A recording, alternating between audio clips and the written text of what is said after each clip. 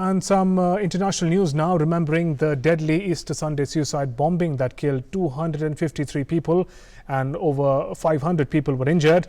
President of Sri Lanka, Maithripala Sirisena, in his speech said that the country hopes to stomp out Islamic State activities in the country in the coming days.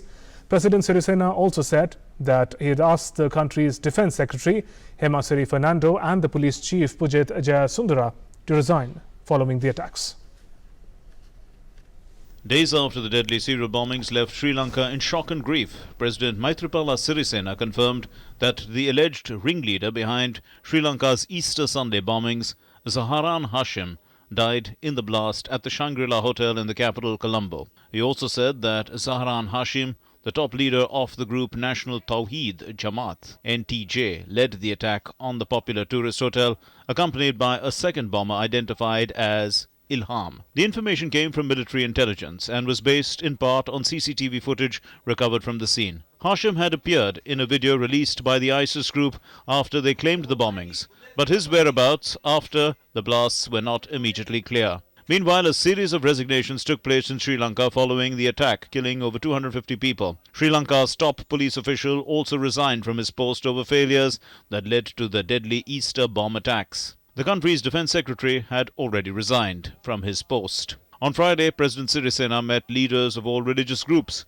as he assured that the situation in the country is under control. Sirisena told religious leaders that the government is in touch with foreign intelligence on the investigations. We have full faith in our forces and police that together they will eliminate terrorism. I believe that we will destroy terror groups from the country. Amid intensified security, life in Sri Lanka is limping back to normalcy. Relaxation in the curfew was given during the daytime for the ease of the people. Doordarshan News is standing just right ahead of the St. Anthony's Church in Colombo, whereby the blast took place on Sunday. Well, the situation still remains grim as far as Sri Lanka is concerned. But important aspect is that in order to combat these kind of terrorist activity, Sri Lanka has imposed curfew right from 9 p.m. in the night until 4 a.m. in the morning. But as of now, we can see that markets have gradually opened and people over here are also buying their regular stuff for themselves, which is required for their routine activity. Meanwhile, ceremonies and events continued across the globe to remember the victims of the attacks and express solidarity with the people of Sri Lanka. In Sydney, a mass of remembrance was held where over 2,000 people held flickering candles and raised their illuminated phones, praying for the victims of what has been described as one of Sri Lanka's worst days. At the same time, amid tight security, Muslims also prayed for peace in the country. It's a very sad situation. We work with the Christians, Buddhists and Hindus. So it has been a threat for all of us because of these few people, what they have done to this beautiful country. In Abu Dhabi, the iconic landmark Burj Khalifa lit up with the colors of Sri Lanka's national flag, depicting signs of solidarity with the island nation. Meanwhile, UK and Australia have advised their citizens not to travel to Sri Lanka unless their journey is essential, as terrorists are likely to carry out further attacks in the country. With inputs from Santosh Kumar and Arun Sharma in Colombo. Newsnight Desk, DD India. And my colleague Arun Sharma is joining us live from Colombo in Sri Lanka.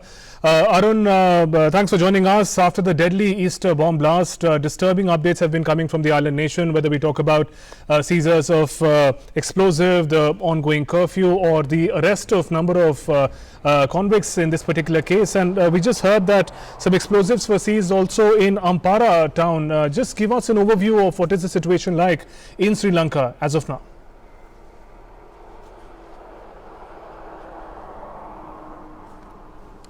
Well, that's right, Shubhendu. Now, Ampara is in the eastern part, if you look at from Colombo, and Doordarshan News was the first channel from the ground to report it that Ampara over there, primarily the security forces, the army, the police is they have in a continuous raid and security checks. They have found that huge explosives were found in Ampara, and of course the ISIS flag, ISIS logo, the literature related to ISIS were also found over there. Now, one 1 lakh metallic balls were also found as far as the Ampara is concerned. Now there were also explosion, and there were also counter gunfight which took place between the people, the 7 people, which were finally arrested by the police over there. So it's a big news that has just come in. And of course the important aspect is that another explosion or another terror bomb blast has been avoided now, because according to the US advisory, it was also said that there are terror plotting being done in Sri Lanka as of now, and on the weekend's time, that means on Saturday and Sunday, another bombing or another terror activity can take place. So of course this has been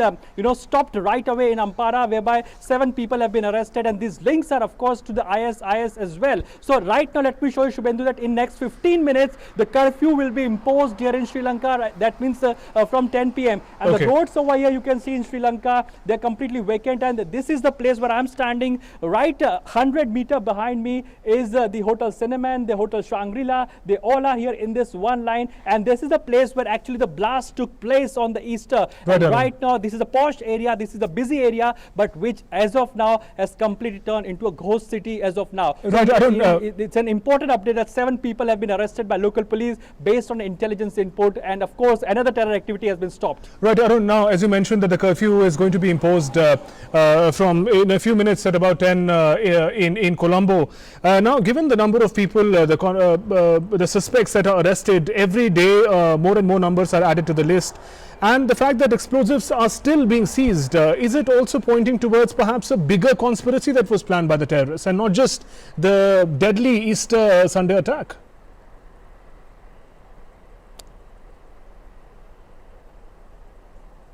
Well, it seems that the mastermind behind all these things are still planning something big as of now. But yes, because of the fact that security as of now is very much heightened over here. And just imagine this fact, the explosive which were found at Ampara, if they were blasted, more than 200 to 250 people could have died anywhere in Sri Lanka if that explosive could have, exploded. 1 lakh metal balls, and of course the drone. Look at this fact that drone camera has some of the sensitive footage of the important locations of Colombo. That means something bigger was being planned by these outfits which were there in Ampara. Now the moment the blast took place in Easter, what we are learning as of now, these outfits, or primarily these people, they started moving towards Ampara, and they were hiding in Ampara with these explosives. Now because of the intelligence input, and of course there are 2 more inputs over there, Shubhendu, that Facebook has also come forward, and it has said that it will be sharing the data of all the 140 suspects,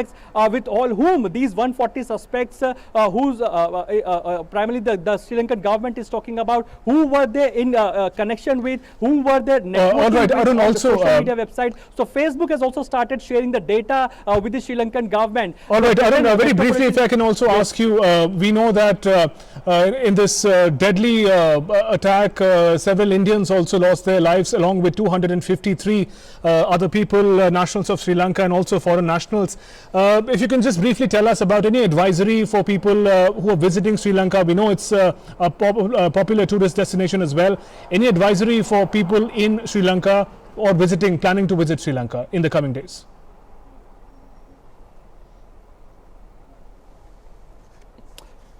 Well, that's right. Now Sri Lanka as of now, which was supposed to implement free visa on arrival, primarily visa on arrival from 39 countries. So they have halted that visa on arrival facility from 1st of May 2019. That means this will not be implemented from 1st of May 2019. And all the major countries have come out with the advisories. They have clearly advised that it is safe not to go to Sri Lanka for some time now, and India has also advised for the same. But of course, if in case you're coming to Sri Lanka, proper security checks are being done.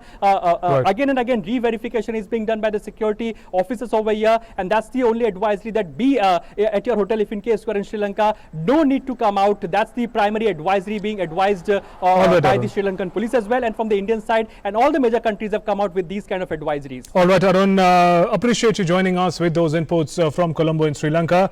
So DD News has reached Sri Lanka to take stock of the aftermath of the deadly terror attack that took place on Easter Sunday, which claimed the lives of 253 people. Thanks, Arun, for joining us with those inputs.